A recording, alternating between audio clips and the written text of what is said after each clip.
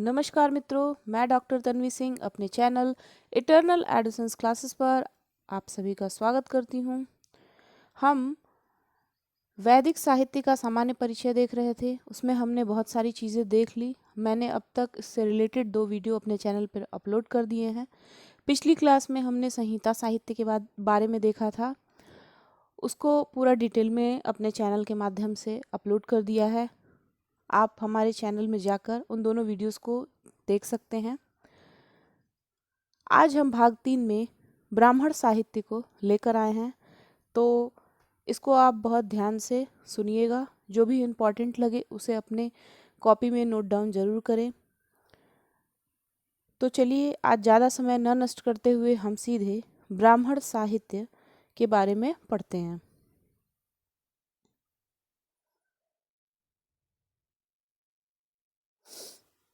ब्राह्मण साहित्य वेदों के संहिता भाग के संग्रह के पश्चात वैदिक साहित्य में ब्राह्मण ग्रंथों का स्थान है।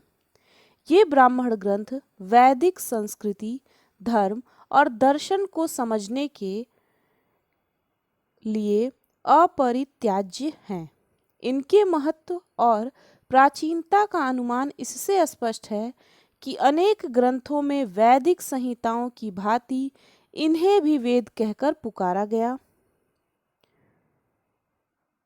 ये वाली लाइन देख लीजिए, मंत्र ब्राह्मण योर वेद नाम ध्येयम, अर्थात मंत्र और ब्राह्मण दोनों का नाम वेद है। यहाँ पर इनका शाब्दिक अर्थ ग्राह्य नहीं है। वास्तव में वैदिक संहिताओं और ब्राह्मण ग्रंथों का अस्तित्व पृथक है। वेद तो मूल ग्रंथ हैं और ब्राह्मण ग्रंथ उनके व्याख्या परक ग्रंथ, जो मंत्र संहिताओं में दिए गए हैं। ब्राह्मण ग्रंथ उनकी व्याख्या करते हैं। ब्राह्मण ग्रंथों को वेद इसलिए कह दिया गया है क्योंकि इन ग्रंथों के बिना वेद को समझना कठिन है। ब्राह्मण शब्द ब्रीहुवर्धने से निष्पन्न है, जिसका अर्थ है बढ़ना। अब यही सब लाइन आपको नोट करनी है और याद करना है। ब्राह्मण का अर्थ मंत्र भी है। पतंजलि ने ब्राह्मण और ब्राह्मण का एक ही अर्थ लिया है। चारों वेदों को जानने वाले ब्राह्मणों के द्वारा किया गया वेद का व्याख्यान। वस्तुतः ब्राह्मण शब्द का अर्थ है क्या है? यज्ञ के विविध विधानों में पूर्ण निपुणता रखने वाले पुरोहित वर्गों के द्वारा यज्ञों के अनुष्ठान के अवसर पर प्रयोग में लाई जाने वाली संहिता भाग की विधियों की व्याख्या का संकलन। क्या है? यज्ञ के विविध विधानों में पूर्ण निपुणता रखने वाले जो पुरोहित वर्ग हैं, उनके द्वारा यज्ञों के अनुष्ठान के अवसर पर प्रयोग में लाई जाने वाली संहिता भाग की जो विधियां हैं, उनकी व्याख्याओं का संकलन। यही अर्थ सबसे समीचीन है, क्योंकि यह ब्राह्मणों के मुख्य विषय को अपने अंदर समाहित कर लेता है। ये ब्राह्मण ग्रंथ मंत्रों और प्रार्थनाओं के साथ याज्ञिक कर्मों का पारस्परिक संबंध जोड़ते हुए स्वतंत्र रूप से विधि विधानों का निर्देश करते हैं। अब आगे देखते हैं ब्राह्मण ग्रंथों का वर्ण विषय।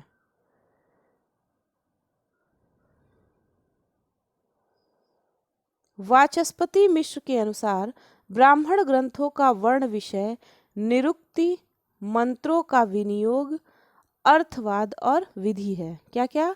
निरुक्ति, मंत्रों का विनियोग, अर्थवाद और विधि है।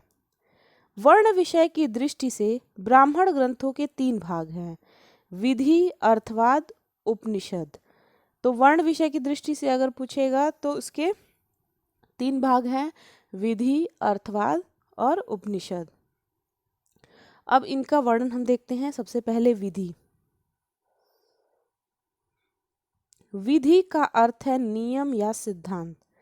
इस भाग में यज्ञानुष्ठान संबंधी विधियों का वर्णन है और तत्पश्चात उससे प्राप्त होने वाले फल का भी निरूपण किया गया है। ये विधियां 2 प्रकार की हैं। पहला है अप्रवृत्त प्रवर्तनम अज्ञात ज्ञापनम। तो अप्रवृत्त प्रवर्तनम जो यज्ञ न करने वालों को यज्ञ करने के लिए प्रेरित करती है उसको अप्रवृत्त प्रवर्तनम कहा जाता है। और अज्ञात ज्ञापनम जो अज्ञात का ज्ञान करवाती है विधि वाक्य धर्म के लिए प्रमाण माने गए हैं। जो अज्ञात का ज्ञान करवाती है उसको अज्ञात ज्ञापनम कहते हैं और विधि वाक्य धर्म के लिए प्रमाण माने गए हैं। फिर दूसरा है अर्थवाद। अर्थवाद का अर्थ है प्रशस्तिपूर्ण व्याख्या। क्या है? प्रशस्तिपूर्ण व्याख्या। ये व्याख्यात्मक अंश हैं। यह भाग बतलाता है कि अमुक यज्ञ करने से अमुक फल की प्राप्ति होगी। इसमें आख्यानों द्वारा गूढ़ से गूढ़ अर्थों को समझाया गया है। फिर है उपनिषद। तीसरा भाग। उपनिषद में ब्रह्म तत्व के बारे में विचार किया गया है। शाबर भाष्य में ब्राह्मणों के प्रतिपाद्य विषय के रूप में विधि के अंगभूत कुल 10 वस्तुओं का उल्लेख किया गया है। हेतु निर्वचन निंदा प्रशंसा संशयो विधि प्रक्रिया पुराकल्पो व्यवधारण कल्पना उपमानम दशयितेतौ विधेयो ब्राह्मणस्य तु। परंतु इसमें विधि विनियोग हेतु अर्थवाद निरुक्ति तथा आख्यान की ही प्रधानता है। इसमें से भी विधि सर्वप्रमुख है। तो हमने देखा कि वर्ण विषय की दृष्टि से ब्राह्मण ग्रंथों के 3 भाग विधि अर्थवाद और उपनिषद के बारे में। अब हम ब्राह्मण ग्रंथों की विशेषताओं को देखेंगे।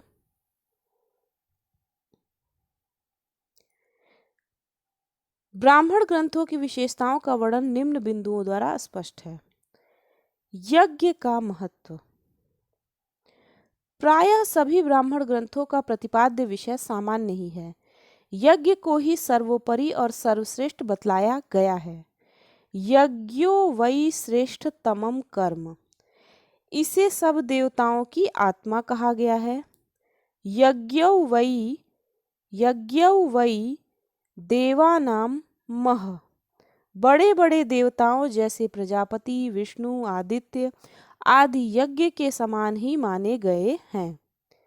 यज्ञो असौ स आदित्यः। ऋग्वेद के यज्ञ किसी अभिष्ट को प्राप्त करने का साधन मात्र थे, परंतु ब्राह्मण ग्रंथों में यह साध्य बन गया। प्रत्येक व्यक्ति के लिए यज्ञ करना आवश्यक था। ऋग्वेद में यज्ञ देवताओं को प्रसन्न करने के लिए किए जाते थे, लेकिन ब्राह्मण में यज्ञ को ही देवता के रूप में वर्णित किया जाने लगा। ऐसा विश्वास किया जाने लगा कि यज्ञ करने से मनुष्य सब पापों से मुक्त हो जाता है। अंत में यज्ञ को मृत्यु से मुक्ति एवं ब्रह्मत्व प्राप्ति का सर्वश्रेष्ठ उपाय बतलाया गया है। इससे पता चलता है कि इस समय साहित्यिक बागडोर ब्राह्मणों के हाथों में आ गई थी।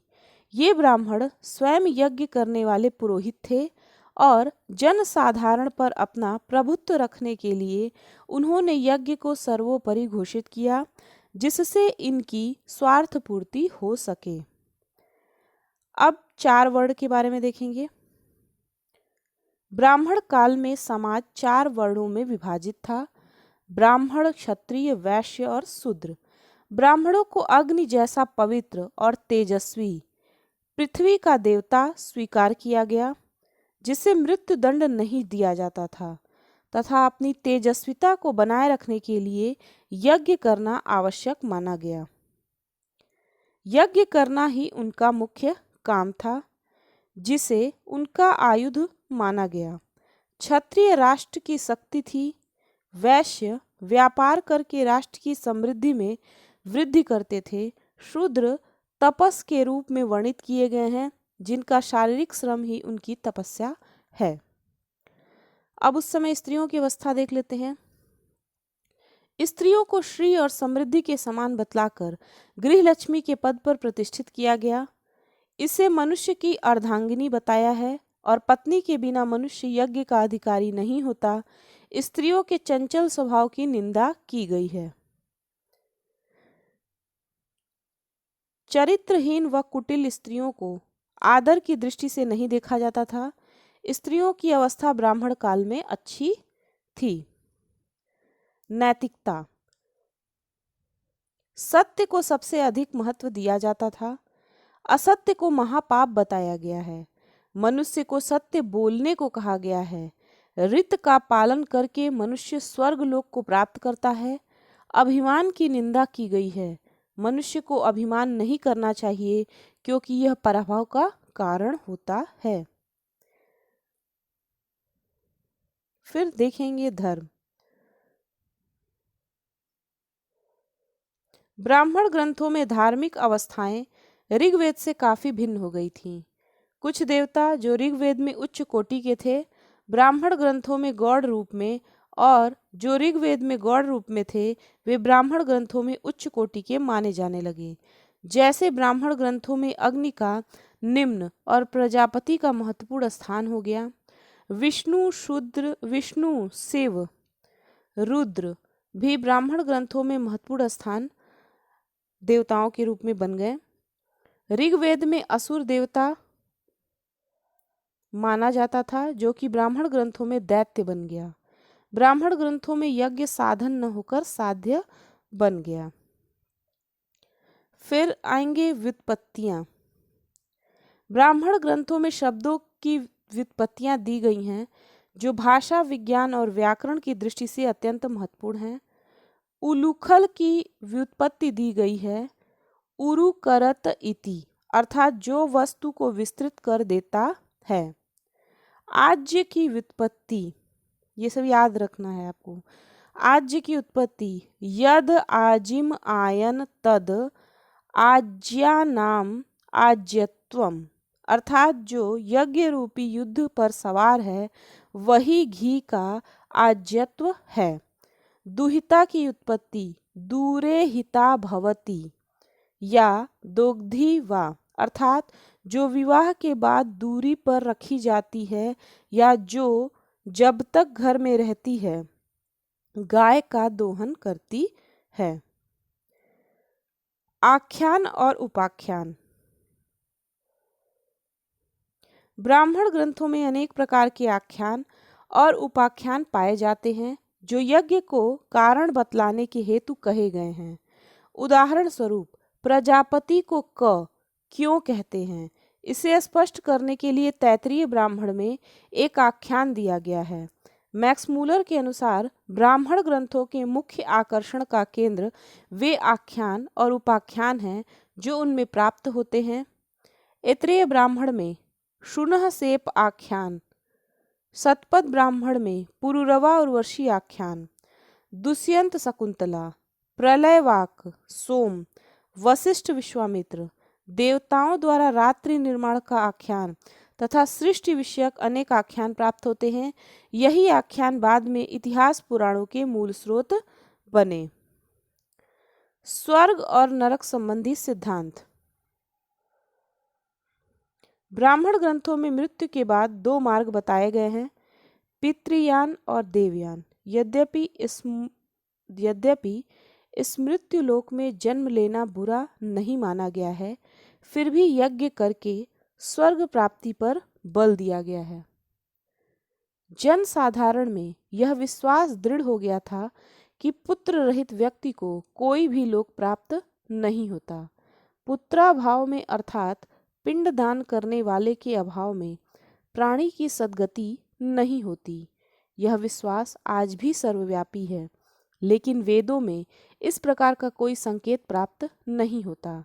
वैदिक आर्य इहलौकिक सुखों की प्राप्ति के प्रति अधिक चिंतित थे। परलोक की चिंता का प्रश्न उनके मन में कभी उत्पन्न नहीं हुआ।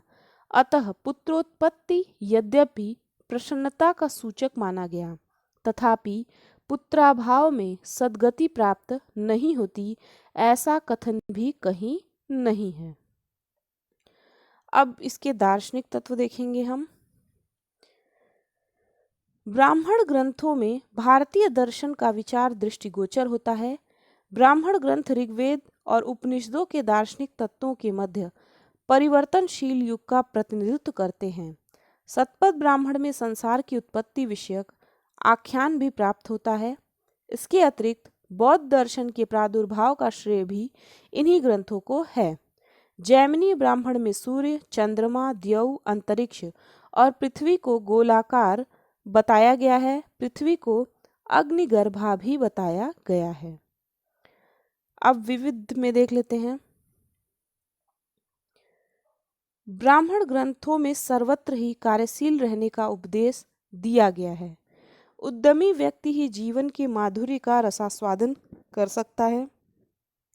मनुष्य की श्रेष्ठता इसी में है कि वह सूर्य के समान गतिशील होकर कार्यरत रहे। चरण वै मधु विदन्ति चरण स्वादुम्बरम सूर्यस्य पश्य श्रेयमाणम यो न तंद्रयते चरण चरैवेति एतरे ब्राह्मण में है। ईश्वर भी कर्मशील का साथ देता है। जो मनुष्य परिश्रमी नहीं होता उसे लक्ष्मी प्राप्त नहीं होती। नाना श्रांताय श्रीरस्ति इति रोहित शुश्रुमः। इन ग्रंथों में मनुष्य के लिए 100 वर्ष या इससे भी अधिक जीने की इच्छा प्रकट की गई है। शतायुर्वै पुरुषः शतायुर्वै पुरुषः। अब हम प्रमुख जो ब्राह्मण ग्रंथ हैं उनको देखेंगे। तो चलिए देखते हैं। इसकी एक एक लाइन आपके लिए इम्पॉर्टेंट है। ये आपके दिमाग में एक कॉन्सेप्ट बनाएगी। आप रट के कुछ नहीं कर सकते। आप जितना ज़्यादा सुनेंगे उतनी चीज़ें आपको समझ में आएंगी। तो अब हम प्रमुख ब्राह्मण ग्रंथों को यहीं पे देख लेते हैं। ब्राह्मण ग्रंथ धर्म ग्रंथ वेदों का गद्य में व्याख्या करने वाला खंड है। ब्राह्मण ग्रंथ क्या है? धर्म ग्रंथ वेदों का गद्य में व्याख्या वाला खंड है। ब्राह्मण ग्रंथ वैदिक वाङ्मय का वरीयता के क्रम में दूसरा हिस्सा यानी अंग है, जिसमें गद्य रूप में देवताओं की तथा यज्ञ की रहस्यमय व्याख्या की गई है और मंत्रों पर भाष्य तथा टीकाएं भी की हैं। इनकी भाषा वैदिक संस्कृत है। हर वेद का एक या एक से अधिक ब्राह्मण ग्रंथ है। हर वेद की अपनी अलग अलग शाखा है। आज विभिन्न वेदों से संबद्ध ये ही ब्राह्मण ग्रंथ उपलब्ध हैं। ब्राह्मण ग्रंथों के मुख्य रूप से 4 प्रकार हैं। तो इसमें भी ऐसे चलेंगे: ऋग्वेदीय ब्राह्मण, यजुर्वेदीय ब्राह्मण, सामवेदीय ब्राह्मण, अथर्ववेदीय ब्राह्मण। तो चलिए देखते हैं। ऋग्वेदीय ब्राह्मण ग्रंथों का वर्णन निम्नलिखित है। अब इसमें सबसे पहले हम देखेंगे ऋग्वेदीय ब्राह्मण में। अब ऐसे छाटने के लिए देता है कि ऐतरेय ब्राह्मण कौन से वेद का है, तो आप यहाँ पे पढ़ते चलेंगे तो आपको सीक्वेंस से सारी चीज़ें याद हो जाएंगी। अब हम देखेंगे ऐतरेय ब्राह्मण। इसके रचयिता महिदास ऐतरेय हैं। इसमें कुल 40 अध्याय है। मुख्य रूप से इसमें सोम याग का वर्णन है। इसमें 1 से 16 अध्याय तक एक दिन में होने वाले अग्निष्टोम नामक सोमयाग का वर्णन है। 17 से 18 अध्याय में 360 दिन में होने वाले गवामयन नामक सोमयाग का वर्णन है। 19 से 24 अध्याय तक 12 दिन में संपन्न होने वाले द्वादश नामक सोमयाग का वर्णन है। 25वें अध्याय में कोई अपराध हो जाने पर किए जाने वाले प्रायश्चित संबंधी उत्सवों व अग्निष्टोम करते समय ऋत्विक का वर्णन है। 26 से 30 अध्याय तक छोटे छोटे कुल पुरोहितों का वर्णन है। 31 से 40 अध्याय तक राज्याभिषेक तथा राजपुरोहित आदि की स्थिति तथा उनके अधिकारों का वर्णन है। ऐतरेय ब्राह्मण के 33वें अध्याय में प्राप्त होने वाले शुनः सेप का आख्यान है, जिसमें जीवन में निरंतर उत्साहपूर्वक आगे बढ़ने का उपदेश दिया गया है। इस कथा का अभिप्राय यह प्रतीत होता है कि यदि हरिश्चंद्र कुछ प्रयत्न करता और वरुण को किसी अन्य ढंग से संतुष्ट करने का प्रयास करता तो वह अपने पुत्र को बचा पाता और उसे स्वयं को भी जलोदर रोग न होता। उधर वन में रोहित अपनी रक्षा का उपाय ढूंढ पाने में सफल हो जाता है, लेकिन इंद्र रोहित को चलते रहने का उपदेश देता है। चरैवेति चरैवेति। ऐत्रेय ब्राह्मण में स्त्रियों को भी समान अधिकार दिए गए हैं। उसे पुरुष का मित्र बताया गया है। पत्नी की मृत्यु हो जाने पर श्रद्धा को पति मानकर यज्ञ करने का विधान है। मनुष्य के लिए अपना जीवन यापन करना ही अग्निहोत्र है। यदि वह श्रद्धा, मन, वचन और कर्म की अकुटिलता से युक्त होकर कोई कार्य करता है तो वह अवश्य सफलता प्राप्त करता है। इस प्रकार ऐत्रेय ब्राह्मण के आख्यान जीवन संबंधी बहुमूल्य तत्वों से ओतप्रोत है। इन आख्यानों के माध्यम से सरल, सरस, रोचक तथा सारगर्भित भाषा में मनुष्यों को उपदेश दिया गया है। यह उपदेश उसे प्रगति के पथ पर अग्रसर करते हैं। अब है ऋग्वेदीय में ही सांख्यायन या कौशितकी ब्राह्मण। तो एक हो गया ऐतरेय ब्राह्मण और ये है सांख्यायन या कौशितकी ब्राह्मण। इसमें कुल 30 अध्याय हैं। पहले 6 अध्यायों में अन्य यज्ञों का वर्णन है। 7 से 30 अध्याय तक अग्निहोत्र, 10 पौर्णमास, चातुर्मास आदि सोम यागों का वर्णन है। अब यजुर्वेदीय ब्राह्मण ग्रंथ। यजुर्वेदी ब्राह्मण ग्रंथों का वर्णन निम्नलिखित है। इसमें सबसे पहले सतपथ ब्राह्मण। सतपथ ब्राह्मण शुक्ल यजुर्वेद की माध्यान्दिन तथा काण्व दोनों शाखाओं पर उपलब्ध होता है। इसकी प्रथम शाखा के अंतर्गत 100 अध्याय तथा 14 कांड है, जबकि द्वितीय शाखा के अंतर्गत 104 अध्याय तथा 7 कांड है। इन दोनों में माध्यान्दिन शाखा ही प्रचलित है। 100 अध्याय होने के कारण ही इसका नाम शतपथ पड़ा। इसके रचयिता ऋषि याज्ञवल्क माने जाते हैं। माध्यान्दिन शाखा के पहले 9 कांड जो वाजस्नेयी संहिता के पहले 18 अध्याय पर टीका मात्र है। 9 कांड बाद के 5 कांडों से अधिक प्राचीन है। इसमें याज्ञवल्क को गुरु के रूप में प्रतिष्ठित किया गया है। 6 से 9 कांड तक अग्निष्टोम का वर्णन है। इन कांडों में दूसरे आचार्य सांडिल्य का नाम प्राप्त होता है। यही आचार्य सांडिल्य अग्नि रहस्य के उपदेशक हैं। 11 से 13 कांड तक उपनयन, स्वाध्याय, अंत्येष्टि संबंधी विषयों का वर्णन है। इसके अतिरिक्त अश्वमेध, पुरुषमेध आदि यज्ञों का वर्णन है। 14वें अध्याय में प्रवर्ग अर्थात संन्यास लेने का वर्णन है। इस कांड के अंत में बृहदारण्यक उपनिषद है। यहीं पर अंत में याज्ञवल्क को शतपथ ब्राह्मण का रचयिता कहा गया है। आख्यान की दृष्टि से भी यह ब्राह्मण अत्यधिक महत्वपूर्ण है।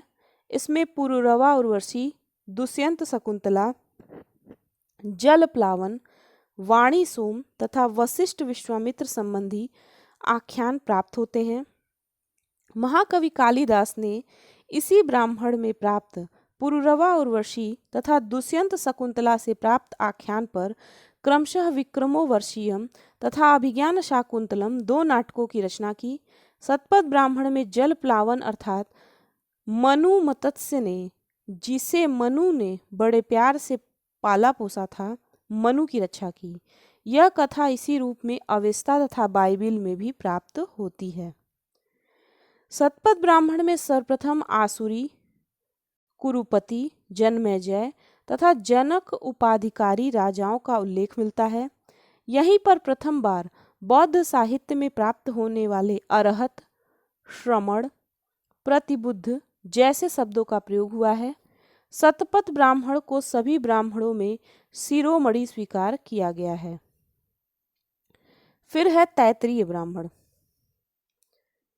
यह कृष्ण यजुर्वेद से संबंधित है। यह 3 कांडों में विभक्त है। प्रथम कांड में अग्न्याधान, वाजपेय, सोम, राजसूय आदि का वर्णन है। द्वितीय कांड में सौत्रायणी, वैश्यसव आदि का तथा तृतीय कांड में नक्षत्रेष्टि प्रधान रूप से वर्णित है। उपर्युक्त विषयों के अतिरिक्त इसमें भारद्वाज, नचिकेता, प्रहलाद और अगस्त विषयक आख्यायिकाएं, सत्य भाषण, वाणी की मधुरता, तपोमय जीवन, अतिथि सत्कार, संगठनशीलता, ब्रह्मचर्य पालन आदि आचार दर्शन तथा सृष्टि विषयक वर्णन प्राप्त होता है। फिर सामवेदीय ब्राह्मण ग्रंथ देखेंगे हम। सामवेदी ब्राह्मण ग्रंथों का वर्णन निम्नलिखित है। इसमें पहला है पंचविंश ब्राह्मण। इसको तांड्य, प्रौढ़ और महाब्राह्मण भी कहते हैं। इसमें 25 अध्याय है एवं इसका प्रमुख विषय सोमयाग है। एक दिन से लेकर अनेक वर्षों तक चलने वाले यज्ञों का इसमें वर्णन है। इस ब्राह्मण का सबसे महत्वपूर्ण अंग व्रात्यस्तोम है। इसके द्वारा व्रात्य भ्रष्टों को शुद्ध करके ब्राह्मण वर्ग में सम्मिलित किया जाता था। फिर है षड्विश ब्राह्मण। इसमें 26 अध्याय हैं। यह केवल नाम से ही स्वतंत्र ग्रंथ है। वास्तव में यह पंचविश ब्राह्मण का परिशिष्ट ही है। षड्विश ब्राह्मण के अंतिम 6 अध्याय ही अद्भुत ब्राह्मण के नाम से प्रसिद्ध हैं। इसमें उत्पातों की शांति का वर्णन है। फिर है छांदोग्य ब्राह्मण। इसमें 2 प्रपाठक जो 8 खंडों में विभक्त हैं। इसके मंत्र ब्राह्मण भी कहे जाते हैं। फिर है साम विधान ब्राह्मण। इसके अंतर्गत कृक्ष, अतिकृक्ष आदि व्रतों, पुत्र ऐश्वर्य की प्राप्ति के लिए अनेक प्रकार के अनुष्ठानों का वर्णन किया गया है। इसके अतिरिक्त इसमें 3 प्रकरण प्राप्त होते हैं। आर्सेय ब्राह्मण, इसमें भी 3 ही प्रपाठक हैं। यह सामवेद की आर्षानुक्रमणी का कार्य करता है। फिर है देवताध्याय ब्राह्मण। देवताओं तथा छंदों का विवेचन इसमें प्रचलित होता है। यह 3 खंडों में विभक्त है। फिर है संहितोपनिषद ब्राह्मण। इसमें सामगान पद्धति का वर्णन किया गया है। फिर है वंश ब्राह्मण। इसमें सामवेद के गुरुओं की वंश परंपरा का वर्णन है। फिर है जैमिनी ब्राह्मण। इसमें यागानुष्ठानों का वर्णन है। इसे तवलकार ब्राह्मण भी कहा जाता है। फिर है संहितोपनिषद ब्राह्मण। इसमें सामगान पद्धति का वर्णन किया गया है। वंश ब्राह्मण, इसमें सामवेद के गुरुओं की वंश परंपरा का वर्णन है। इसको हमने बता दिया है। जैमिनी ब्राह्मण, इसमें यागानुष्ठानों का वर्णन है। अब हम देखेंगे अथर्ववेदीय ब्राह्मण ग्रंथ। अथर्ववेदीय ब्राह्मण ग्रंथ का वर्णन निम्नलिखित है। गोपथ ब्राह्मण, ये बहुत इंपॉर्टेंट है। अथर्ववेद का यह एकमात्र ब्राह्मण ग्रंथ उपलब्ध है। इसमें ऋषि गोपथ, यह 2 भागों में, इसमें ऋषि गोपथ हैं। यह 2 भागों में विभक्त है, पूर्व गोपथ और उत्तर गोपथ। पूर्व गोपथ, इसमें 5 अध्याय हैं, जिसमें ओंकार का वर्णन, ब्रह्मचर्य का कर्तव्य, ऋत्विजों के कार्य, संवत्सर, सत्र, पुरुषमेध, अश्वमेघ, अग्निहोत्र आदि प्रसिद्ध यज्ञों का वर्णन है। फिर उत्तर गोपथ में 6 अध्याय हैं। विभिन्न यज्ञों का और आख्यायिकों का वर्णन इसी में मिलता है। तो ये हमने देख लिया ब्राह्मण साहित्य के बारे में। अगली क्लास में हम आरण्यक साहित्य के बारे में देखेंगे। क्योंकि मैं अभी भी कह रही हूँ कि आप नेट की और असिस्टेंट प्रोफेसर की तैयारी कर रहे हैं तो आपका कोर्स तो बहुत लेंदी होगा, लेकिन आपको बहुत ही धैर्य के साथ पढ़ना होगा। आपको एक एक चीज़ के बारे में बहुत ही डिटेल में पढ़ना होगा। पहले आप डिटेल में पढ़ लेंगे, फिर मैं चैप्टर वाइज जो है प्रश्न पत्रों को सॉल्व कराऊंगी और अंतिम में आप पाएंगे कि आपने अपनी तैयारी को बहुत ही अच्छे मुकाम पर पहुंचा दिया है। तो आज की क्लास कैसी लगी इसको कमेंट बॉक्स में ज़रूर बताइएगा। अगर आपने अभी तक हमारे चैनल को सब्सक्राइब नहीं किया है तो हमारे चैनल को ज़रूर सब्सक्राइब करें। मिलते हैं अगली क्लास में अगले टॉपिक के साथ। तब तक के लिए नमः संस्कृताय।